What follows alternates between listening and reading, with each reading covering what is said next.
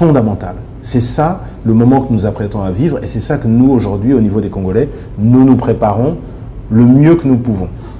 Alors, Joseph Kabila aujourd'hui tient parce qu'il est soutenu, même si on commence à considérer que certains dans la région commencent à le lâcher, mais on sait qu'il est venu du Rwanda, en tout cas, du pouvoir rwandais, qui a mené une guerre en République démocratique du Congo, et pour d'aucuns d'ailleurs, son mentor, c'est Paul Kagame, qu'on le veuille ou pas.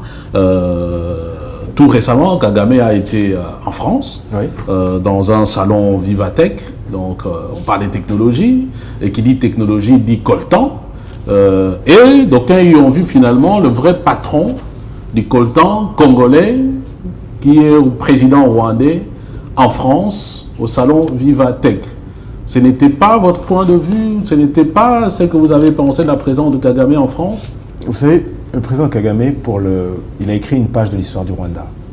Alors c'est une page, avec le recul de l'histoire, il faudra voir, parce que c'est une page effectivement qui pour beaucoup de Rwandais et de Congolais est aussi une page ensanglantée. Mais cela dit, il faut quand même lui reconnaître que c'est un grand homme d'État.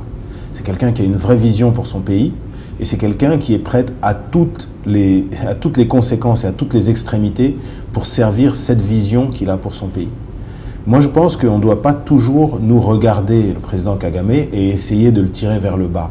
Les Rwandais ont leur destin, ils ont leur histoire, ils ont leur chance d'écrire leur histoire et pour l'instant, ils s'en sortent pas mal, après une histoire récente qui est terrible.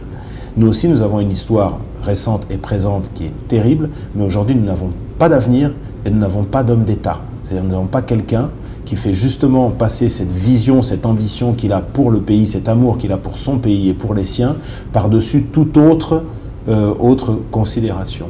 Ça veut dire que pour moi, ce qui est important, c'est que justement on se rende compte que le plus tôt on finit avec Kabila, le plus tôt nous pouvons aussi bâtir un pays. Le Rwanda, c'est un pays qui est grand comme le Bandundu. Même pas. Alors soyons clairs. C'est un territoire, c'est presque un territoire. Exactement. Alors soyons clairs. Est-ce qu'on doit essayer de toujours se comparer aux Rwandais et de toujours se comparer avec M. Kagame, ou est-ce qu'on doit commencer enfin à prendre notre destin entre nos mains? Nous sommes comme un géant qui est en train de se faire taper par un petit enfant. Parce que nous sommes un géant qui ignore ce qu'il est. Nous sommes un géant qui aujourd'hui n'est pas capable de s'organiser. Alors, moi je pense qu'il est fondamental que la première chose, vous savez ce en quoi il croit, la première chose, M. Kagame, il croit en 3 choses. La loi, l'ordre, l'autorité. Ce sont les 3 piliers de son pouvoir. Aujourd'hui, regardez le dictateur, chez lui il n'y a pas d'opposition. Non, j'ai dit l'autorité. L'autorité. Vous savez, dans certains pays, alors moi je ne suis pas là en train de défendre l'indéfendable. Je dis il faut arriver aussi à tenir compte du contexte. Je ne suis pas sûr que s'il avait été un grand démocrate, il serait encore là pour en parler et il aurait pu développer sa stratégie et son pays. Je pense que si on demande aujourd'hui, lorsqu'on regarde des facteurs objectifs sur le Rwanda, c'est un pays qui a beaucoup évolué. Alors vous pouvez me dire, oui, mais parce qu'il a muselé l'opposition, c'est parce que tous les gens qui pouvaient le déstabiliser, les Hutus, sont quelque part dans la forêt en train de violer et de maltraiter des populations congolaises. C'est parce qu'il y a tout le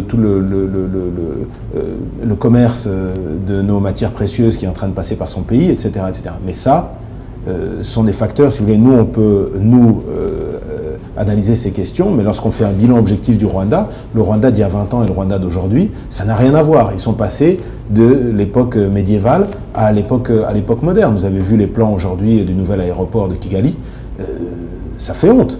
Quand on a eu un gouvernement qui pendant 10 ans nous a parlé des 4 chantiers, des 5 chantiers... 5 chantiers, même révolution de la modernité. Et que vous regardez pendant tout ce blabla-là, est-ce que vous avez déjà entendu, vous... Est-ce que vous pensez que dans la lutte pour la libération du Congo aujourd'hui, que le Rwanda soit un partenaire? Écoutez, je pense que tout le monde est appelé à être un partenaire. La Chine, les États-Unis, la Grande-Bretagne, l'Union européenne, l'Afrique du Sud, l'Angola, tout le monde, tous les pays, nous vivons dans un monde globalisé, tout le monde. Mais il y a un seul aspect qui nous manque. On ne doit pas aller chercher à l'extérieur. Il y a un seul aspect qui nous manque. C'est la donne congolaise. Aujourd'hui, il faut que tous les Congolais, les jeunes, les étudiants, les fonctionnaires, les militaires, les policiers, les mamans commerçantes, tout le monde se rendent compte de la classe politique qu'on a aujourd'hui. Les gens qui nous dirigent aujourd'hui sont des gens qui sont prêts à toutes les compromissions. Ils n'ont pas compris la gravité des actes qu'ils sont en train de poser eux-mêmes. C'est un niveau d'irresponsabilité sans précédent. Ça veut dire qu'aujourd'hui... Est-ce que vous ne pensez pas que ça soit dû au fait peut-être qu'ils soient aux ordres? Mais on appelle ça aux ordres du ventre alors. Parce que très sincèrement, ce sont tous des gens qui ont été achetés. Quelqu'un comme M. Tchibala, il est allé là-bas pour une seule raison.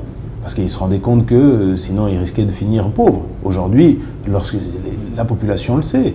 Les gens qui construisent des maisons, les gens qui ont des femmes à gauche à droite, qui détournent l'argent de l'État, un État déjà tellement appauvri, on sait bien la nature du régime qui est là à l'heure actuelle. C'est un régime qui est tellement pourri qu'il est prêt à tomber. Et c'est là où nous faisons un appel à la population pour dire mais là maintenant, l'histoire, la Providence nous donne une opportunité de reprendre ce pouvoir-là et de le remettre dans les mains de personnes qui, eux, auront à cœur l'avenir de ce pays et l'avenir de ce grand peuple.